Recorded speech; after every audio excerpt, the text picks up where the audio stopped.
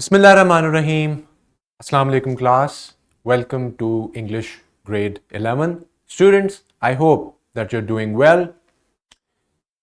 Students, so far we have covered all these different kinds of students' learning outcomes of reading and critical thinking. We covered SLOs of grammar, vocabulary. We have also done our oral communication SLO in the previous lesson, in the previous class. And today we are going to cover the last SLO of this unit number 2. Now, this is our lecture number 9, students. Be very much attentive and prepared for this because it is related to writing, and we know that writing is a very important competency, and you need to not only know about one type but all these different kinds of compositions and writings. So today we are going to talk about descriptive composition. Let's read our students' learning outcome, and I can take the questions in the middle of the lesson. If you raise your hand, students who have joined us online on the Zoom class, you can just raise your hands, put forward your question if you have any kind of problem. Now, descriptive composition is something that we already know. Let's read our students' learning outcome. Today we have these two SLOs. They are very much connected with one another. Let's read them one by one, break them down to see that how we can cover them. Now, first one is write a descriptive composition, and in the bracket we have the details giving physical description and characteristics or traits of a person, object, or place, moving from general to specific approach or method, using correct punctuation and spelling by using the process approach, and that includes the pre-planning, the pre-writing or the planning for writing, in which you have techniques like brainstorming. When you are about to write something, you brainstorm it, you make mind maps, and then you write your first draft of that topic, your first attempt of writing. Students, let's see what we have. We are going to talk about a type of writing which is descriptive writing, that includes description and details. And composition is writing in a very organized way, composing that ideas or that topic in a very logical order and organization. So descriptive composition is what we are going to attempt.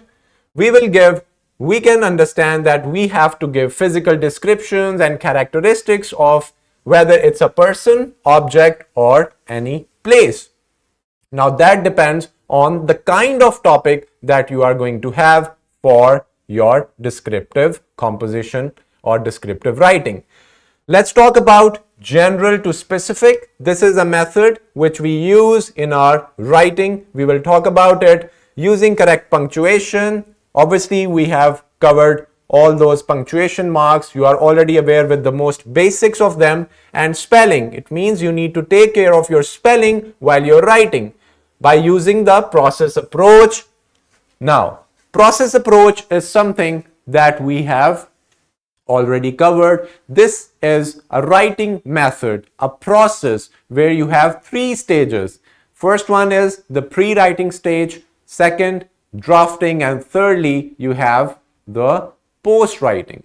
So, and pre-writing talks about all your planning for writing, in which you have all these techniques that you are going to use. And when you are drafting, when you are actually writing on the paper, you are drafting it, and that first attempt will be your first draft. We are aware of these concepts, these ideas, and this approach. Now, let's look at the second part of this SLO, the second SLO, which says produce clear and coherent writing in which the development, organization, and style are appropriate to the task, purpose, and audience. So, we are going to use, when we are writing something, either it's a descriptive essay, any passage or paragraph, in general, whether it's fiction or non-fiction students, we need to be careful about the coherence, the unity, the relativity of those sentences in that text, whether it's a paragraph, passage, or a complete essay. And we will see that how we can do it according to these three things mentioned: the task, the purpose, and the audience. Now, let's move forward with the very first SLO. We will cover that first. This is a vertical linkage that you can find in grade 10. It's a continuity, the same SLOs in the same order they were covered. You can check out the curriculum and find them.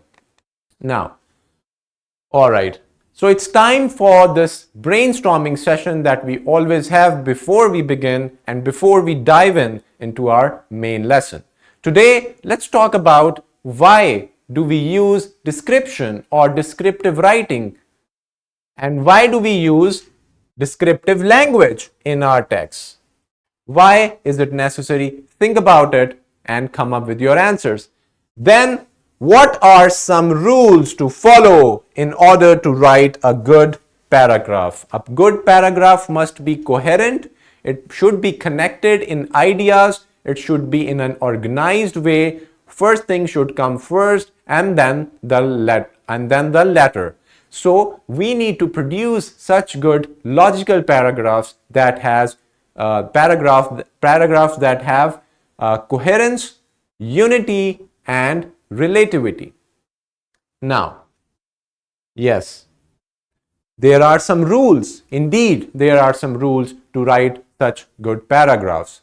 So, and why do we use description? Because we want our readers, we want the audience to actually imagine everything in their head just using our descriptive words, our descriptive language, and vivid details that we mention in our descriptive essay. It is all about giving as much detail as we can to the reader so that all those different kinds of senses, sense of touch, taste, smell, feeling, all those are covered just by our words. This is why we use descriptive writings. We can say that in biographies, in essays where you are visiting to a place, or if you're describing an object, let's say any technological gadget that is new in the market, if you're describing such things, you need to be very much descriptive about them so the reader gets the full idea just by reading your written material, just by the words, descriptions, details, imagery that you use to invoke the image and elevate their imagination so that they don't need anything else to visualize it. So this touches the visualization, the imagery of the reader. That's why we use description. It could be for a person, for a place, for any kind of object, whether it's in any inanimate object, any gadget, anything that you want to describe. Now, this was the purpose of our brainstorming session, just to let you know, just to get you started, that descriptive writing is very much important. It's very practical. You are asked questions about it again and again. You are given prompts to write descriptively. Now, students, what is descriptive composition? Yes, descriptive compositions are writings in which the author or the writer use vivid language. Vivid means that kind of language which is enough to open your mind and make you visualize it. Those words, this language is vivid because it is elevating your imagination. It is describing everything in detail. Every minor detail is touched. So that kind of language where everything is explained with detail, all the tiny details, the nitty-gritties, all those are explained. Detailed description to create an image in the mind of the reader. So whether you are writing about any person, any place, any object, we will be using descriptive composition. Now, how would you know that you're going to use description in the composition?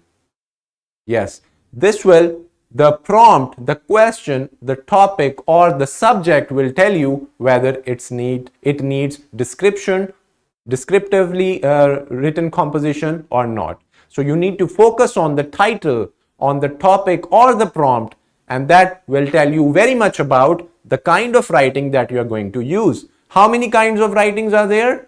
Descriptive, expository, and persuasive writing, argumentative writing, and so on. We are talking about descriptive writing here. Now, this was all about your descriptive composition. Now, let us talk about descriptive language. Of course, when we are writing descriptively, when we are composing descriptive text, we need to use descriptive language. Now, descriptive language is used to help the reader feel almost as if they are part of the scene or event being described. Or if it is a person, the reader can clearly visualize the person, all the character details, characteristics, the traits, the physical description, appearance, everything. Now, description is useful. Why? Because it helps the readers engage with the world of the story. If you're writing fiction, then your characters, your setting, your situation, all those things should be very much descriptive, often creating an emotional response. Now, if you're giving this much detail to the reader, what will happen? The reader will be emotionally connected with your writing, because we are actually touching all those senses of the reader. So this is why when you're writing a story, when you want the reader to stay connected with your protagonist or your antagonist or the other side characters, then you can clearly and carefully invoke an emotional response from the readers. Now, what else can it do? Descriptive language, when we are using it, it can help a reader visualize what a character or a place is like. It means all your characters will come to life when you're using descriptive language, and the reader will be very much connected, and that fulfills our purpose of composing a description or making a descriptive writing. Now, these are the benefits of using descriptive language. Now, let's see that what was that general to specific. What are these words that were mentioned in our SLO? Now, general to specific. It means that we are moving from something general, very broad, big, to something which is very narrow and specific and focused. So this approach is called general to specific approach or general to specific method, and this will be applied all over your text, whether you're writing fiction or non-fiction. In descriptive writing, general to specific means starting with a broad description and then adding more detailed information step by step. It means when you are being specific, students, dear learners, when you are moving from general to specific, this will be something very broad, a very general statement or general idea, and then you will become very much specific step by step.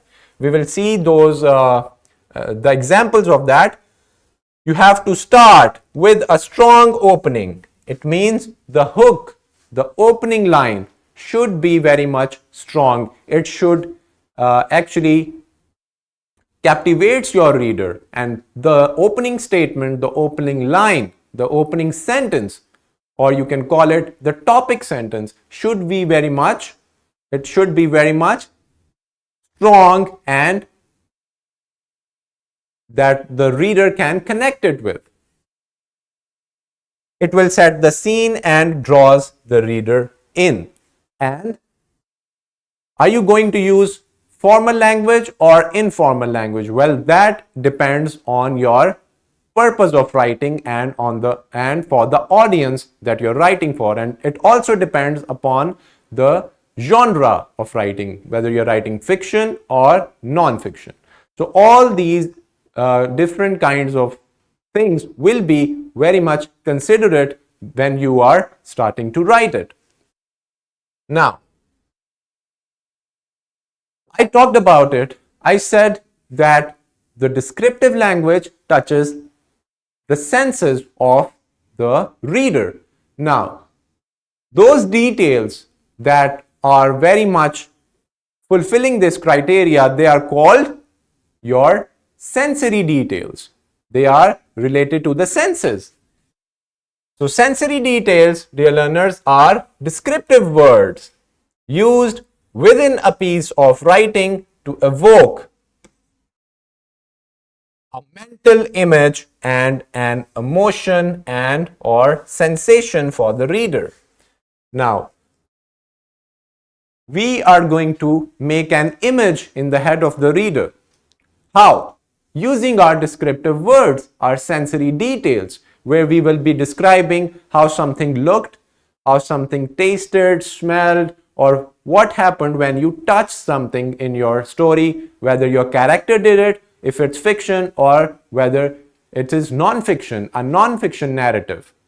So when you're describing real life experiences, how the atmosphere was, what was the environment, how was the aroma of any place, or the smell or fragrance. Now you are going to do it so descriptively by using those adjectives, using those words that are very much descriptive. Adjectives, students, they are heavily used in descriptive composition. So remember that, take its note and write it down that they are adjectives which make you write such kind of things. Now, let's look at an example over here. All right. Yes, Ima, you have joined quite late. Are you aware of the topic? Yes, Ima Zaka.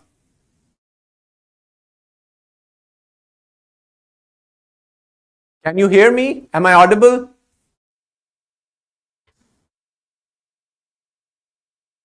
All right.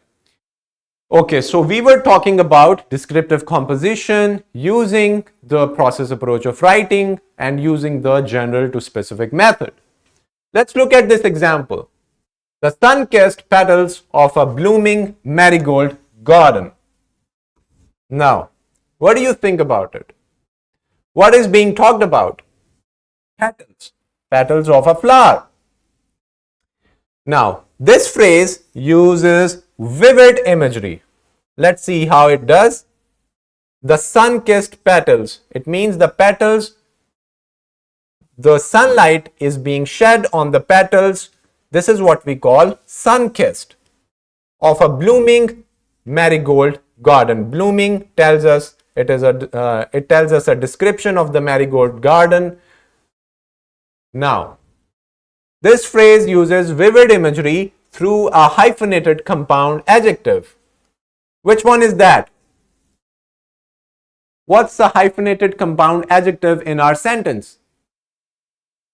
In which we used the punctuation hyphen. Here, the sun-kissed petals.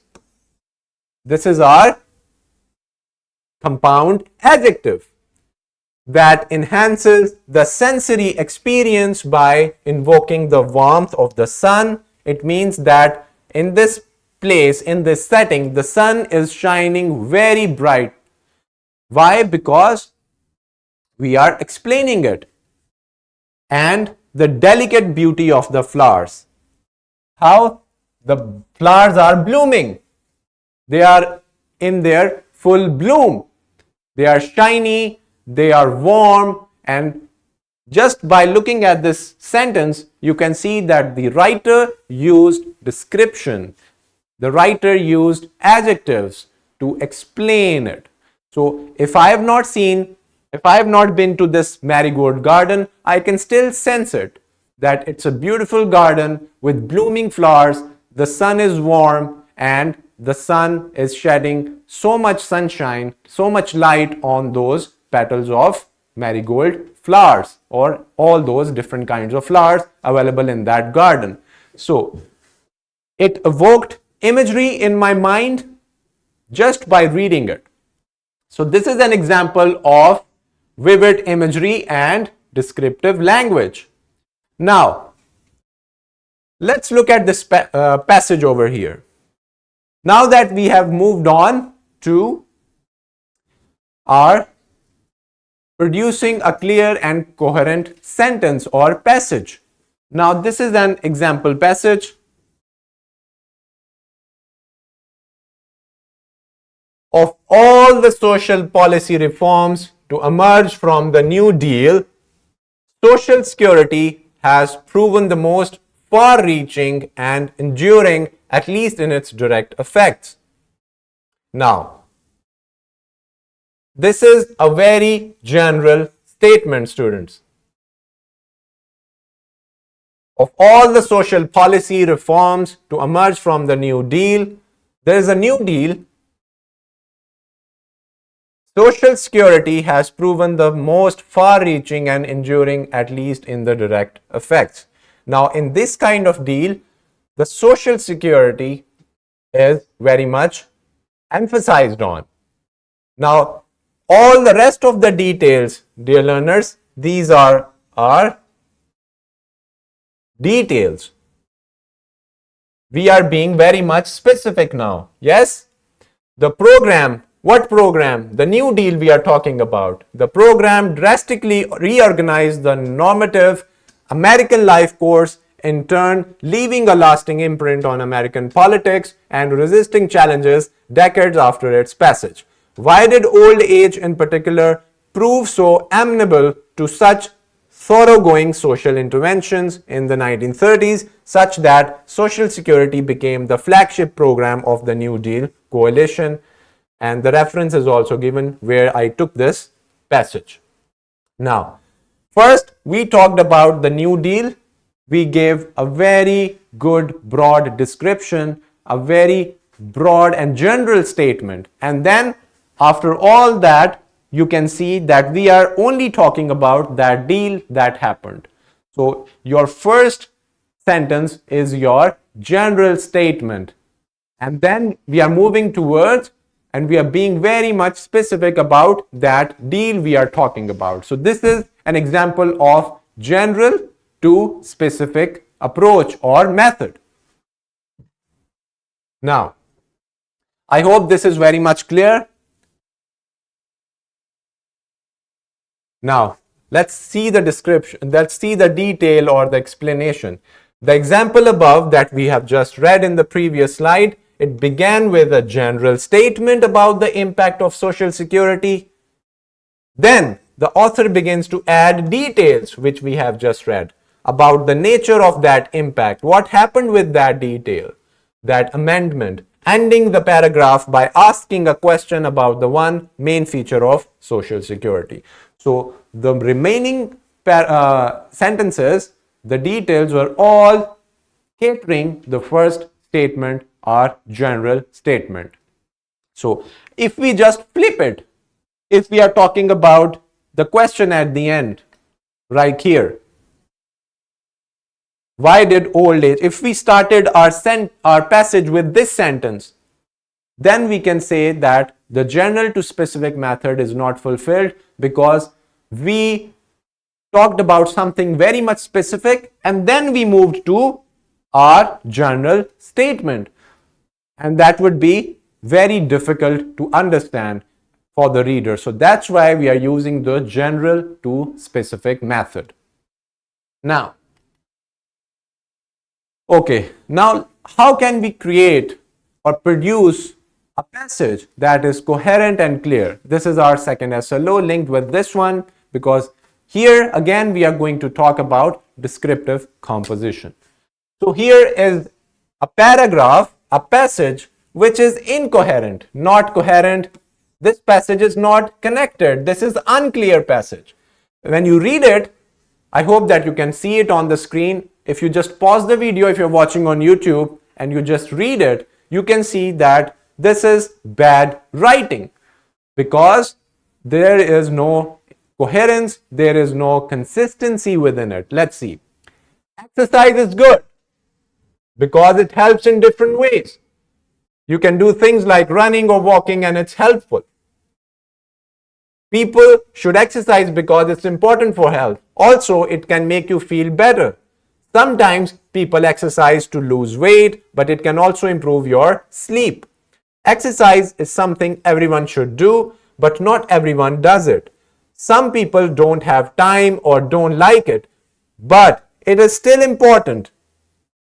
There are many ways to exercise, but some people don't know where to start. Overall, exercise is good. Now, this is a passage which is there is repetition in the passage. Things are not connected with one another, and hence we can say that the description, the language, it is not used correctly. The organization of the sentence is not followed, and hence we have a badly written, overstated, repetitive kind of passage, and the sentences, the fragments are also broken halfway, then they are joined later in the other sentences. So overall, I would say that this is a passage with incoherence and unclear writing techniques. Now, how can we solve it? Yes, Ima. Can we make it correct? Yes, be attentive. Yes, we can save this sentence. We can write it with clear and coherent way. Now let's look at this one. This is a passage which is clear and coherent. Regular exercise is essential for maintaining good health.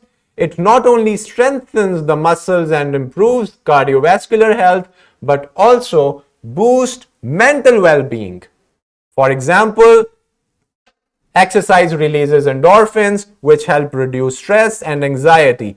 Additionally, regular physical activity can enhance sleep quality, making individuals feel more refreshed and energetic. Whether it's a daily walk, a workout at the gym, or participating in a sport, incorporating exercise into your routine can lead to a healthier, happier life.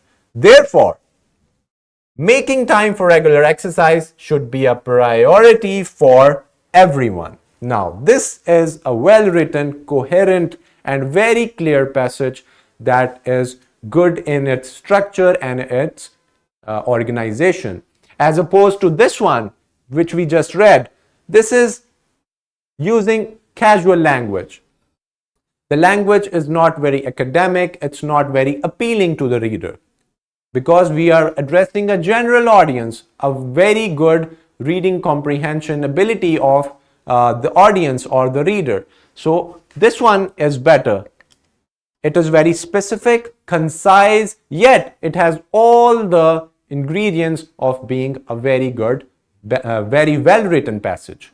So you can see that all these topics are the same, but when you are reading this one, it feels more clear and coherent. So what did we do? We just organized our ideas in a better way, and hence we can create any passage which is clear and coherent. Now,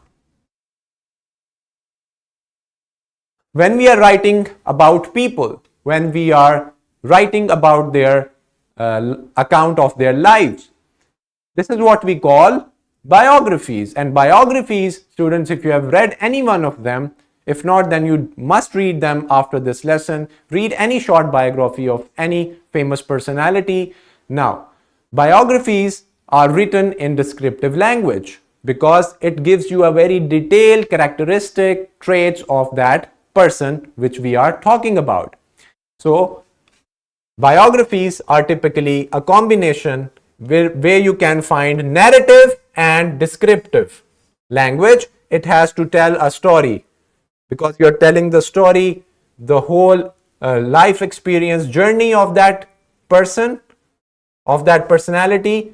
We can say that it is narrative, but it is also descriptive, because all sorts of details, the descriptive details as well as the explanation or expository writing, all that explanation, all these are covered in biographies. So if you want to see that how the writers write about persons, you can either read fiction and non-fiction, and for non-fiction you can read the biographies of different famous personalities, where you can find narrative, descriptive and expository writing. And now, why did I introduce this? Because for your homework, you are going to talk about a personality in your written composition. You have to use details. You have to make paragraphs of that text, divide them into different paragraphs, and follow that general to specific method, and also be very much coherent and concise and precise in your written composition. Now, these are two simulation video links of YouTube. They are attached with your resources. You can get the links, watch them, take notes, and see that what content is delivered in these video lessons. They are related to your main lesson and they are related to your SLOs. So this is additional information which will make you understand more about our SLOs. Now, for your homework, what are you going to do, students, is you're going to write a descriptive composition using the biography technique on Abdul Sattar Eidi. You have to give physical description and characteristics or traits of a person. Here we are talking about person, not these things. Moving from general to specific. All right. Use correct punctuation and spelling, and you have to cater all that part of the SLO which we read at the start of the lesson. So you need to describe this personality over here using descriptive language, vivid language, details, and follow a good organizational pattern of writing. You have to write the biography. The word limit can be 1500 words. If that's easier for you, if you can do more than that, then that's totally really okay. So this is your homework that you need to do and submit before the next lesson. All right. Now, what do we have here?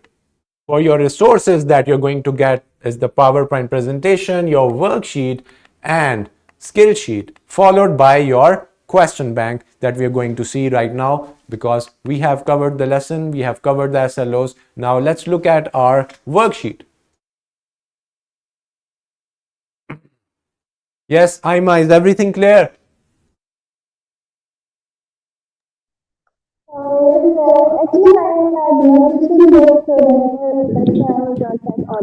Please just keep a distance between you and your mic. Your voice is all over the place. Can you just... Saying that today I had a net issue, so that's why I was not that audible to you, and I was not All right, but replying. did you follow all the lecture, the whole lecture? Yes, sir. Yes, Okay. I was a little Any... late today, but I'll like check it online. I'll listen to your lecture online. Yeah, and you must write that biography about that specific person we talked about. So Should I revisit the send in the lecture. group then? Yes, definitely. All right. Okay. So here is our worksheet. This is just a simple prompt. Describe your favorite place using vivid details. That's it. All right. So you have the whole page to write on. Just describe your favorite place using descriptive language, vivid details, and sensory details, because you're explaining, you're going to describe a place. So describe everything about it. This will test your descriptive composition skills. And then let's have a look at our question bank. Now, Which of the following sentence is the clearest and most appropriate for a formal email to a teacher? You're writing an email to your teacher. First one, hey, I can't come to class tomorrow. Is it correct? No, because this is very informal. This is so casual and it is not acceptable. I won't be able to make it to the class tomorrow. Let's look at the third one. I apologize for the inconvenience, but I will be able to attend class tomorrow due to a prior commitment. Now this sounds good, right? Option C. And the D one is totally a big no, because this is really very disrespectful. Okay. Question number 2 is you have to identify the purpose of the following sentence. I am writing to inform you about the upcoming charity event we are organizing at school. So what is the purpose of writing this? Is it to entertain? Yes, Aima. Which one is the correct, the right option?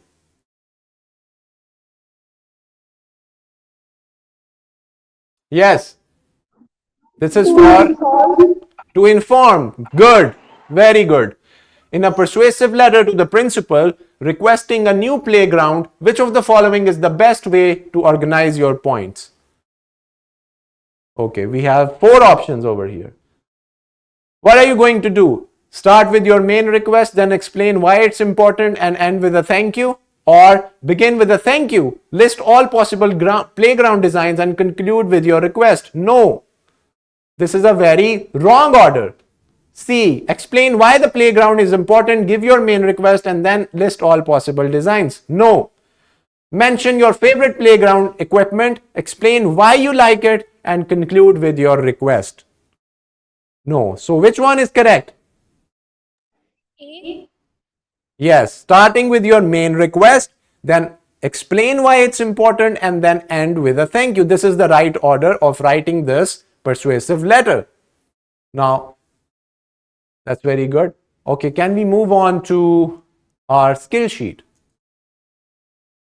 Okay, now this is a really fun and creative skill sheet, students. This will make you write clearly and coherently. First,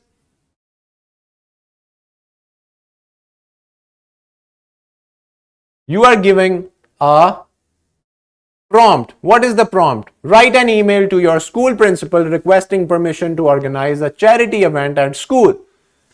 You will explain in one sentence what is the task, what is the purpose of writing, who is your audience. Then explain why the event is important and write it. All right?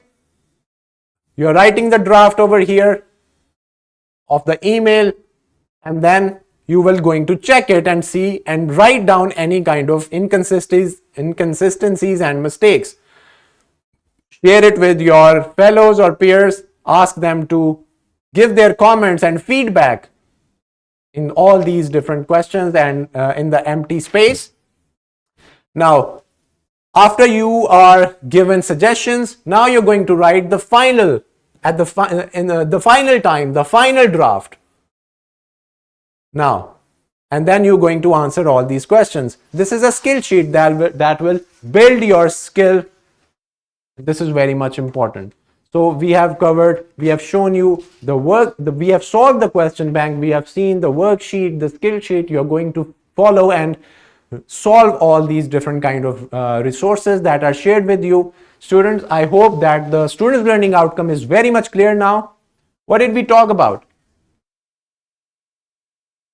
Yes, Aima. Did you get the lesson? We talked about descriptive composition and then writing a very good, clear and logical passage following all those tips and techniques that we discussed. We'll talk about it more in detail when it is coming up in the next unit. Now, this was the last lecture of unit number 2. And in the next lesson on Monday, we are going to talk about unit number 3's introduction. And I'll introduce all those SLOs to you. See you next time and take care of yourselves. Allah Hafiz.